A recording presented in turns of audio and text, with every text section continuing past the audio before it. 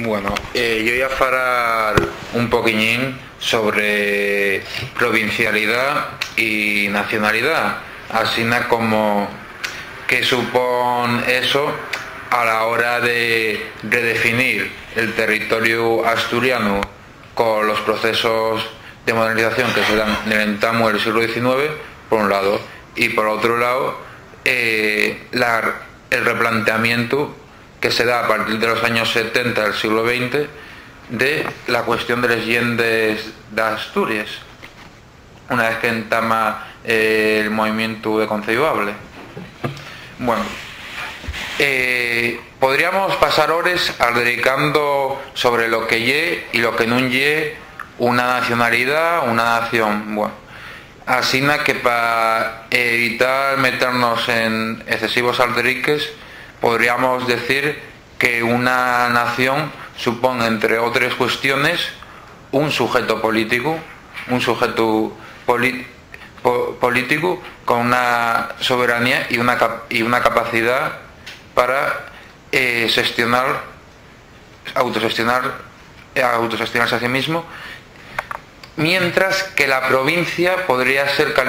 en contraposición definida como un osetu, como una mera unidad administrativa integrada en una nación que sería el sujeto decisorio. Bueno, realmente hasta que se produce la Revolución Francesa no podemos falar de naciones en el sen moderno de la palabra, podemos falar de nacionalidad en un sen meramente étnico-cultural, lo cual no quita para que existiera una conciencia, una identidad y unos lazos de solidaridad en esas nacionalidades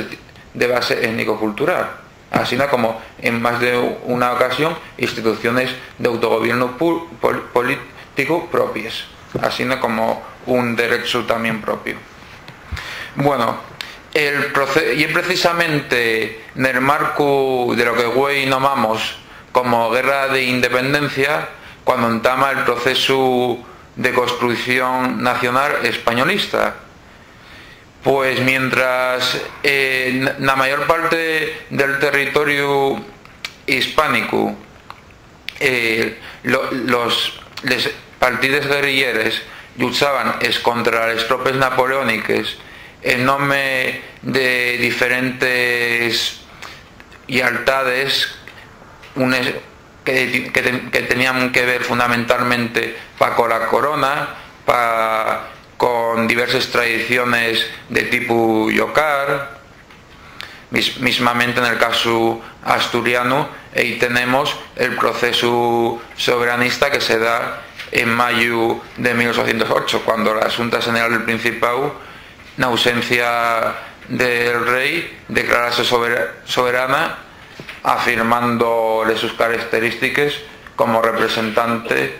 como principal órgano de una estatalidad residual como ya era el Principado de Asturias.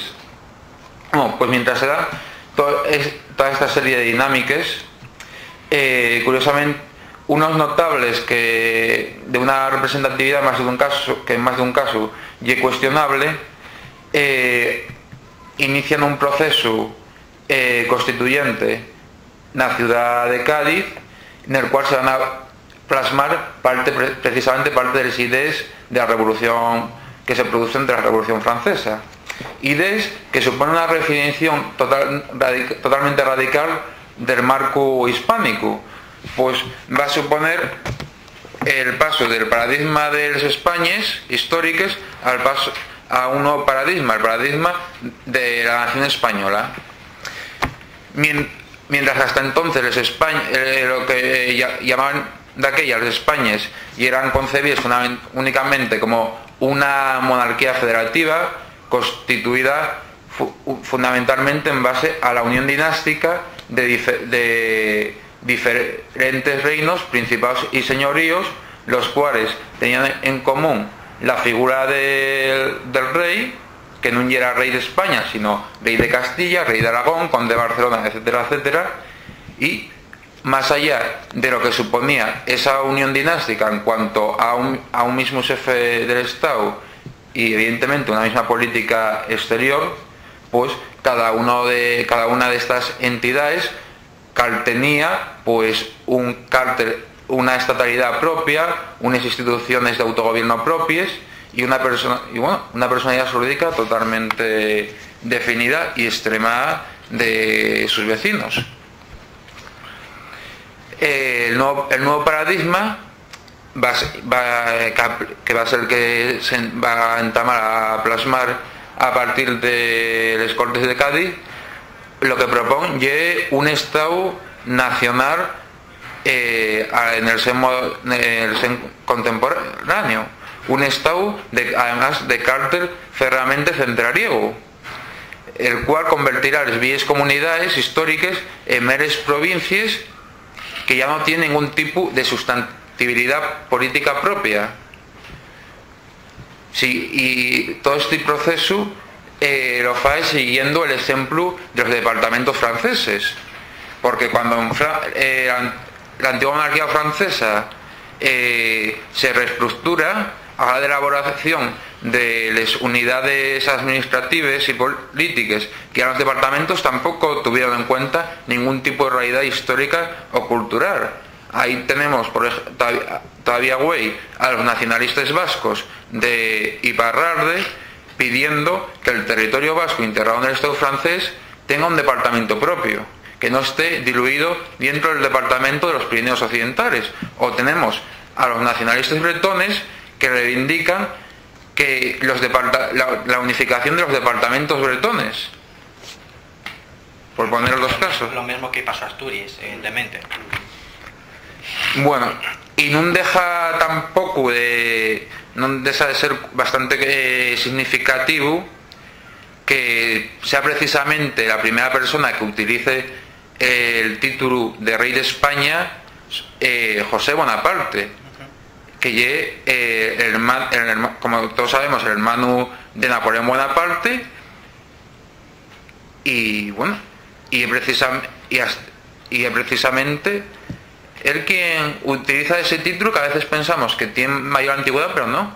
tiene más que 2 siglos de antigüedad, lo cual indica bastante de la artificialidad que se esconde tras el nombre de Reino de España, el cual como entidad jurídico-política no existió, pues no entramos a plantearse la su existencia hasta las Cortes de Cádiz. Hasta entonces ya era lo que se denomina una monarquía de agregación, una monarquía de varios reinos y principados. Y evidentemente toda esta serie de proyectos, de todo este proyecto político centraliego, en ningún momento tenía nada que ver con el sentir popular, lo cual explica bastante el fracaso del proyecto de nacionalización españolista que se da en todo el siglo XIX y que tiene su máxima expresión en el fracaso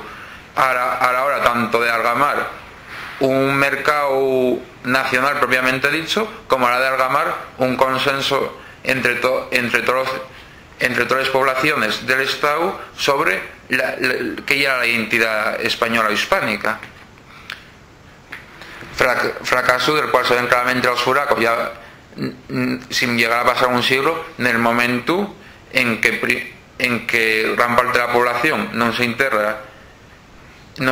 en ese proyecto político, ahí están las guerras carlistas, y después incluso llega a desendolcar proyectos de construcción nacional propios y alternativos al españolismo que se elabora y diseña desde Madrid. Así nace por un lado el Partido Nacionalista Vasco, nace el catalanismo con las bases de Manresa, o nace el galleguismo, por poner los 3 ejemplos clásicos, que son los primeros que dan el paso de un regionalismo que también tiene elementos políticos premodernos a un nacionalismo en el sen moderno de la palabra. Bueno, de hecho